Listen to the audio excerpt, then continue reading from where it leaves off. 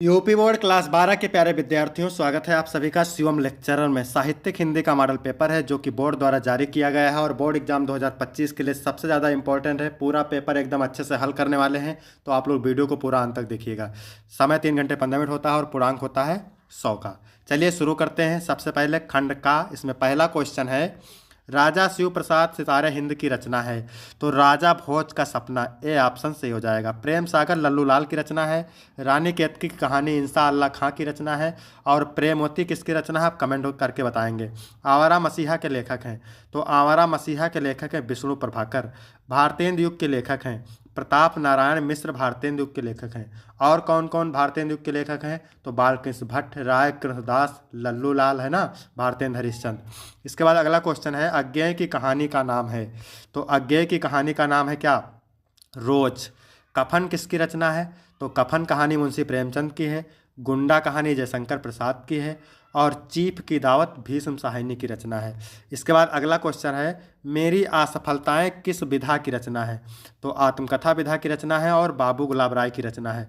निज भाषा उन्नति है सब उन्नति को मूल, यह काव्य पंक्ति किसकी है, ये काव्य पंक्ति है भारतेंद्र हरिश्चंद्र की। चौथा ऑप्शन सही हो जाएगा।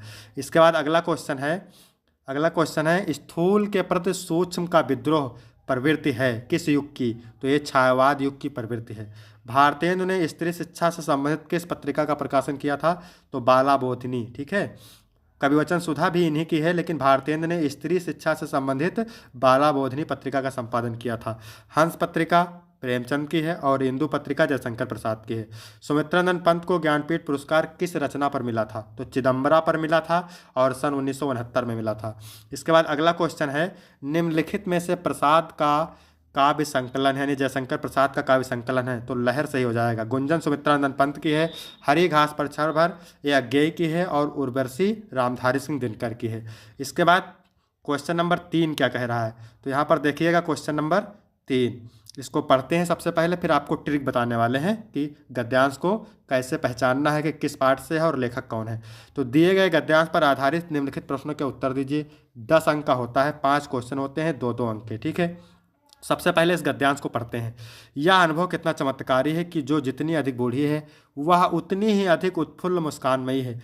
यह किस दीपक की ज्योत है, जागरूक जीवन की, लक्ष्यदर्शी जीवन की, सेवानिरत जीवन की, अपने विश्वासों के साथ एकाग्र जीवन की, भाषा के भेद भेद रहे हैं रहेंगे भी, यह ज्योत विश्व की सर्वोत्तम ज्योति है। पहला क्वेश्चन क्या पूछ रहा है, उपयुक्त गद्यांश के पाठ और लेखक का नाम। तो यहाँ हम आपको बता दें, जहाँ पर दिख जाए कामरूप का जादू, बूढ़ी मुस्कानमयी दिख जाए, उत्फुल्ल शब्द दिख जाए, नस्तर तेज था दिख जाए, हिटलर शब्द दिख जाए, मदर शब्द दिख जाए, मार्गरेट शब्द दिख जाए, तो समझिएगा कि यह पाठ का नाम है रॉबर्ट नर्सिंग होम में और इसके कवि श्री कन्हैया लाल मिश्र प्रभाकर हैं। जैसे यहाँ पर उत्फुल्ल शब्द दिया है, मुस्कानमयी शब्द दिया है।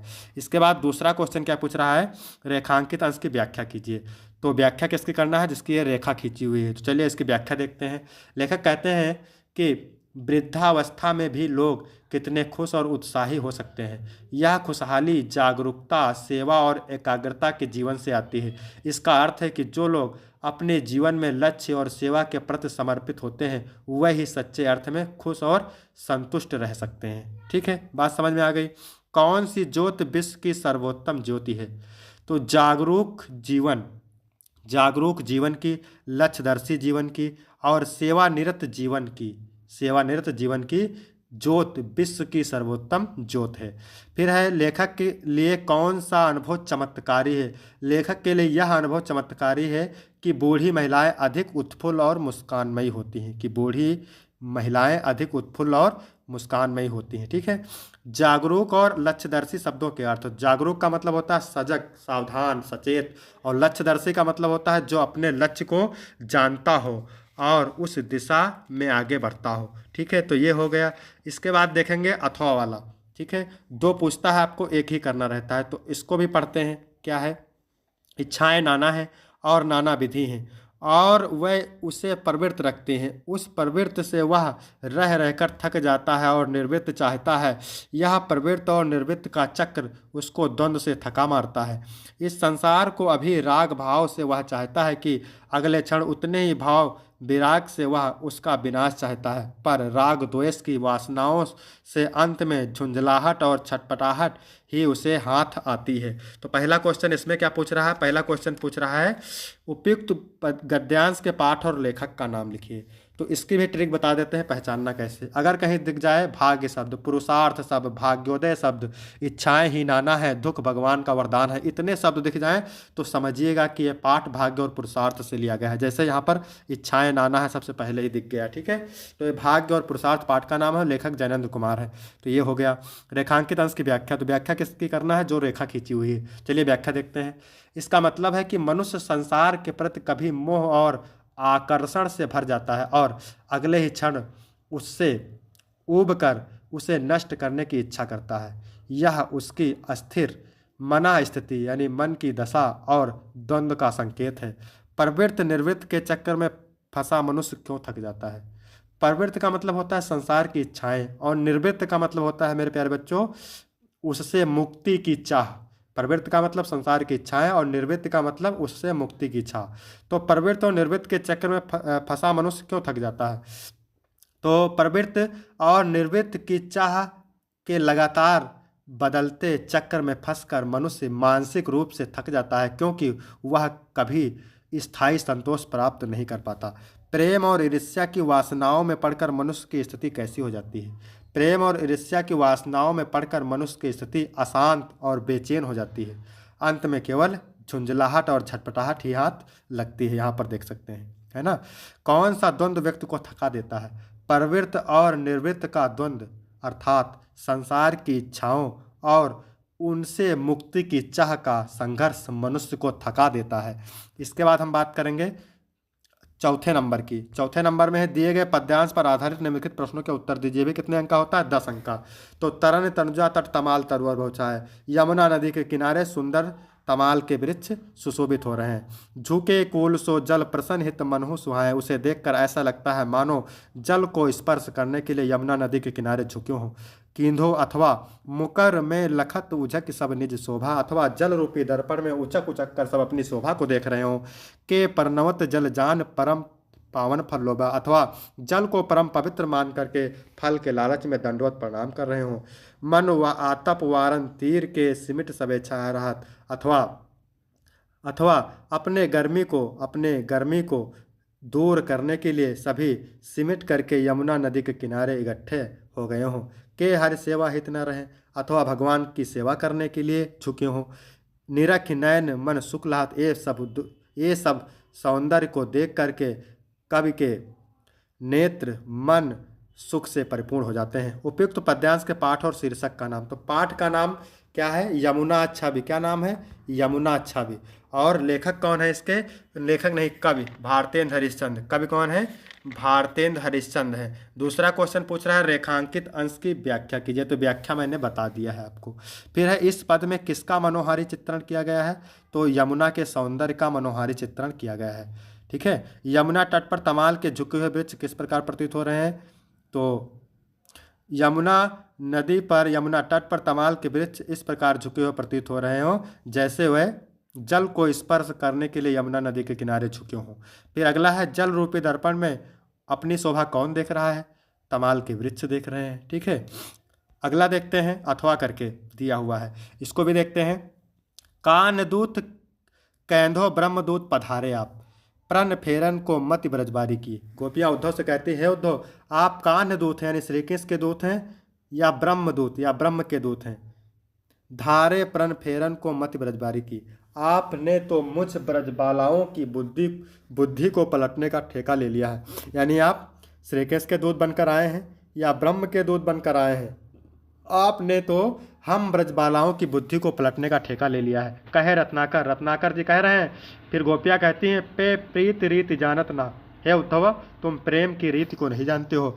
ठानत अनीति आन रीत ले अनारी की, आप अनाड़ियों की तरह व्यवहार कर रहे हो। मान्यो हम कान्ह ब्रह्म एक ही है, कहो जो तुम। आपने जो कहा मैंने मान लिया कि श्री कृष्ण और ब्रह्मदूत एक ही हैं।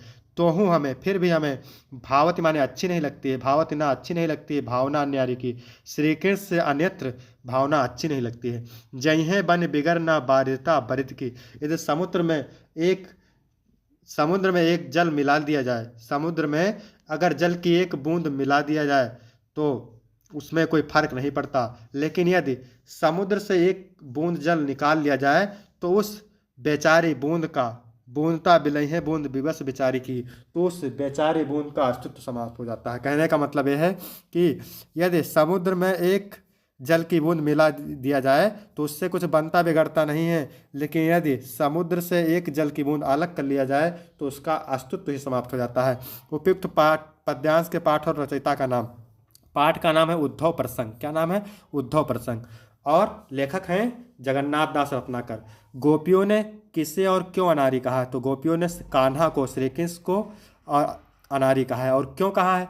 क्योंकि वह उनकी प्रेम भावना और निस्वार्थ प्रेम को नहीं समझ पाई। गोपियाँ ने कान्हा को अनारी कहा है क्योंकि वह उनकी प्रेम भावना और निस्वार्थ प्रेम को नहीं समझ पाई। गोपियों का मानना था कि कान्हा ने उन्हें धोखा दिया है, इसलिए वह इन्हें अनाड़ी मानती हैं। फिर है अनीति और भावत शब्द का अर्थ। अनीति का मतलब क्या होता है? नीति का विरोध, यानी क्या कह सकते हैं? अन्याय कह सकते हैं, अत्याचार कह सकते हैं। और भावत का मतलब प्रेम करना, मानना, है ना।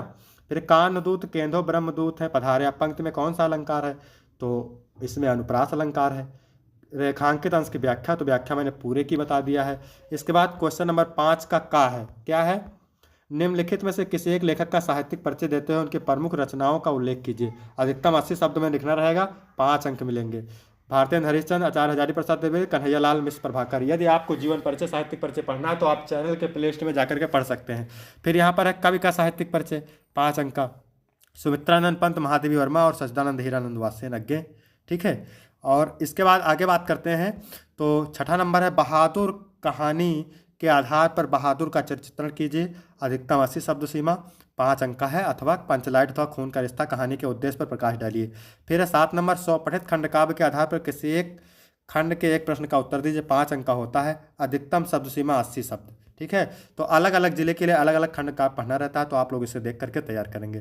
फिर इसके बाद क्या है? खंड खा, प्रश्न नंबर 8 का है दिए गए संस्कृत गद्यांशों में से किसी एक का संदर्भ सहित हिंदी में अनुवाद कीजिए। कितने अंक का है? 7 अंक का। 5 अंक अनुवाद के लिए और 2 अंक संदर्भ के लिए। तो अतीत प्रथम कल्पे जना एकम अभिरूपम सौभाग्यम प्राप्त सर्व आकार परिपूर्णम पुरुषम राजा नाम अकुर्वन, यानी बीते हुए प्रथम कल्प में लोगों ने एक सौभाग्यशाली सभी आकृति से परिपूर्ण पुरुष को राजा बनाया। चतुष्पदा अपि सन्निपत्य, चौपायों ने भी एकत्र होकर के एक सिंघम राजा नाम अकुर्वन, एक शेर को राजा बनाया। तत्र, इसके बाद शकुनिगड़ा माने पक्षी गणों ने, हिमवत प्रदेश माने हिमालय प्रदेश के, एकस्मिन माने एक, पाषाणे माने चट्टान पर, सन्निपत्य माने एकत्र होकर के, कहा मनुष्यों से राजा प्राज्ञते, मनुष्यों में राजा जाना जाता है। तथा चतुष्पदेश, और चौपायों में भी जाना जाता है। अस्माकम पुनरंतरे, हमारे बीच राजा नास्ति, राजा नहीं है। अराजको वासो नाम ना वर्तते, यानी राजा के बिना रहना ठीक नहीं है। एको राजस्थाने स्थापितव्य, एक को राजा के स्थान पर स्थापित करना चाहिए। इति उक्तवंता, ऐसा कहा। ये जातक कथा से लिया गया है। तो संदर्भ कैसे लिखेंगे? प्रस्तुत गद्यांश हमारी पाठ्यपुस्तक संस्कृत दिनदर्शिका के जातक कथा नामक पाठ से अवतरित है। इसके बाद अथवा वाला भी देखते हैं, ये कहाँ से लिया गया है? ये कहाँ से लिया गया है?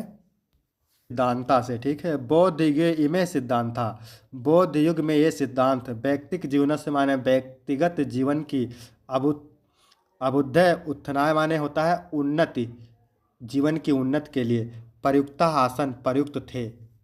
परम अदा, किंतु आज, इमे माने ये, सिद्धांता माने सिद्धांत, राष्ट्रड़ा माने क्या होता है? राष्ट्र, ये सिद्धांत राष्ट्र, परस्पर मैत्री सहयोग करणवान माने क्या होता है? आप पारस्परिक मैत्री एवं सहयोग के आधार पर, विश्व बंधुत्व माने विश्व बंधुत्व, और विश्व शांति चा, और विश्व शांति के साधनान माने साधन, शांति माने थे, साधन हैं। ठीक है। बौद्ध युग में ये सिद्धांत व्यक्तिगत जीवन की उन्नति के लिए प्रयुक्त थे, किंतु आजकल ये सिद्धांत राष्ट्र की पारस्परिक मैत्री एवं सहयोग के आधार तथा विश्व बंधुत्व और विश्व शांति के साधन है। राष्ट्र नायक श्री पंडित जवाहरलाल नेहरू, ठीक है, लिखा है जवाहरलाल नेहरू महोदय से प्रधानमंत्री काले, राष्ट्र नायकस, यानी राष्ट्र के नायक पंडित जवाहरलाल नेहरू के प्रधानमंत्री काल में चीन के साथ भारत की मैत्री। चीन देशेन माने चीन देश के साथ भारत की मैत्री पंचशील सिद्धांतों के आधार पर हुई थी। पंचशील सिद्धांतम माने सिद्धांतों के आधार पर हुई थी। इसके बाद देखते हैं आगे खा नंबर। ये भी कितने अंक का होता है? 7 अंक का। तो इसमें भी 5 अंक अनुवाद का और 2 अंक संदर्भ का। तो ये सुभाषित रत्नान चैप्टर से लिया गया है। ना चौरिहार ना राजहार ना भ्रातभाज्य ना भार कर, व्यय कृत्य वर्धत्य एवं नित्य, विद्या धर्म सर्व धर्म प्रधानम। यानी विद्या रूपी धन सभी धनों में श्रेष्ठ है। ना चोर इसे चुरा सकता है, ना राजा छीन सकता है, और ना भाई बांट सकता है, और ना ही आप बोझा बनता है। व्यय कृत्य वर्धते एवं नित्यम, यानी जितना इसे खर्च करते हैं नित्य उतना ही बढ़ता रहता है। ठीक है। फिर अथवा वाला भी देखते हैं, ये भी सुभाषित रत्नान से लिया गया है। सहसा माने अचानक, विदधीत न क्रियाम विवेका परम पदाम पदम, यानी अचानक किसी कार्य को बिना सोचे समझे नहीं करना चाहिए। अविवेक परम आपत्तियों का स्थान है। विनयत ही विमरस्य कारणिया गुण लुब्धा स्वयमेव संपदा, अवश्य ही विचार कर कार्य करने वाले लोगों को गुणों की लोभी लक्ष्मी स्वयं ही चुन लेती है। और इसके बाद क्वेश्चन नंबर 9 है। क्वेश्चन नंबर 9 क्या कह रहा है? निम्नलिखित में से किन्हीं 2 प्रश्नों के उत्तर संस्कृत में दीजिए। 4 अंक के हैं, 2 प्रश्न करना है। फिर 10 का का खा गा, इसमें रस अलंकार छंद से पूछा जाता है। संयोग श्रृंगार अथवा करुण रस, रूपक अथवा अन्वय अलंकार, चौपाई अथवा हरिगीत का छंद। फिर 11 नंबर है, निम्नलिखित में से किसी एक विषय पर निबंध लिखिए। तो निबंध 9 नंबर का होता है, बढ़ती जनसंख्या और देश का भविष्य, राष्ट्र के निर्माण में शिक्षक की भूमिका, भारत में आतंकवाद की समस्या, पर्यावरण प्रदूषण की समस्या और समाधान। और इसके बाद है 12 नंबर का संधि विच्छेद से। ठीक है। पवन का संधि विच्छेद क्या होगा? तो पवन का संधि विच्छेद होता है पो प्लस अना, बावला सही हो जाएगा। उच्चारणम का संधि विच्छेद हो जाएगा उत प्लस चारणम। ठीक है। इसके बाद है निश्चल का संधि विच्छेद क्या होगा? तो निस प्लस छला हो जाएगा। ठीक है। फिर खा का पहला है निर्विघ्नम माने समास है। निर्विघ्न माने क्या है? इसमें समास होता है, अव्ययीभाव समास होता है। इसके बाद में दशानन में कौन सा समास होता है? तो दशानन में समास होता है बहुव्रीहि। फिर है 13 नंबर, सड़क दुर्घटना से घायल मित्र को सांत्वना देते हुए एक पत्र लिखिए। 8 नंबर का। फिर है शहर में फैली संक्रामक बीमारी की तरफ जिलाधिकारी का ध्यान आकर्षित करने के लिए प्रार्थना पत्र लिखिए। ठीक है। फिर 14 का है। 14 का क्या क्या पूछ रहा है? निम्नलिखित में से किसी एक शब्द के धातु एवं प्रत्यय का योग स्पष्ट कीजिए। जैसे लिखा हुआ है महिमावती, तो महिमा प्लस वतुप हो जाएगा, वतुप प्रत्यय है। ठीक है। धातु महिमा। लघुत्वम लघुत्वम, तो लघुत्वम में क्या हो जाएगा? लघु प्लस त्वम। ठीक है। फिर गत्वा में क्या हो जाएगा? गम प्लस अक्त्वा। धीमती में हो जाएगा धी प्लस मतुम प्रत्यय। लिखित्वा में हो जाएगा लिख प्लस अक्त्वा प्रत्यय। प्रभुत्वम माने हो जाए, प्रभुत्वम में हो जाएगा प्रभु प्लस त्वम। इसके बाद खा नंबर है, निम्नलिखित पदों में से किसी एक पद में प्रयुक्त विभक्ति तथा संबंधित नियम का उल्लेख कीजिए। लिखा है ग्रहम परिता उद्यानम अस्ति। परिता जहाँ पर दिख जाए परिता, अभिता, समया, निक्सा, तो परिता का मतलब होता है सब और, तो वहाँ पर हो जाएगा द्वितीय विभक्ति, यानी घर के सब और उद्यान है। श्री सीता रामा अभ्याह नमः। ठीक है। श्री सीता और राम को नमस्कार है। तो नमः शब्द दिख जाए, स्वाहा शब्द दिख जाए, स्वधा शब्द दिख जाए, वहाँ पर होगा चतुर्थी विभक्ति। आदर्शा शीर्षा खल्लौटो अस्त, यानी आदर्श सिर से गंजा है, तो जहाँ पर गंजे की बात हो यानी किसी शरीर में कोई विकार हो तो वहाँ पर होता है तृतीय विभक्ति। तो वीडियो कैसा लगा? वीडियो अच्छा लगा तो वीडियो को लाइक करें और चैनल को सब्सक्राइब करें। फिर मिलते हैं आपको अगली वीडियो में, तब तक के लिए धन्यवाद।